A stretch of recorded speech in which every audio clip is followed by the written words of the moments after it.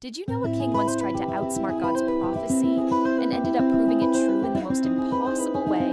King Ahab was told by prophet Micaiah that he would die in battle. Even though 400 false prophets promised him victory, Ahab thought he was clever. He disguised himself as a regular soldier and put his ally, King Jehoshaphat, in royal robes as a decoy. The plan worked perfectly.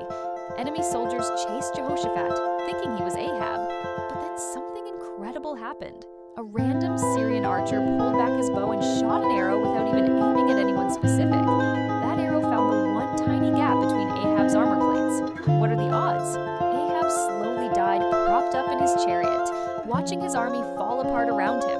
When they brought his chariot back to wash it, dogs came and licked up his blood, exactly as the prophet Elijah had predicted years before. You can't cheat God's word.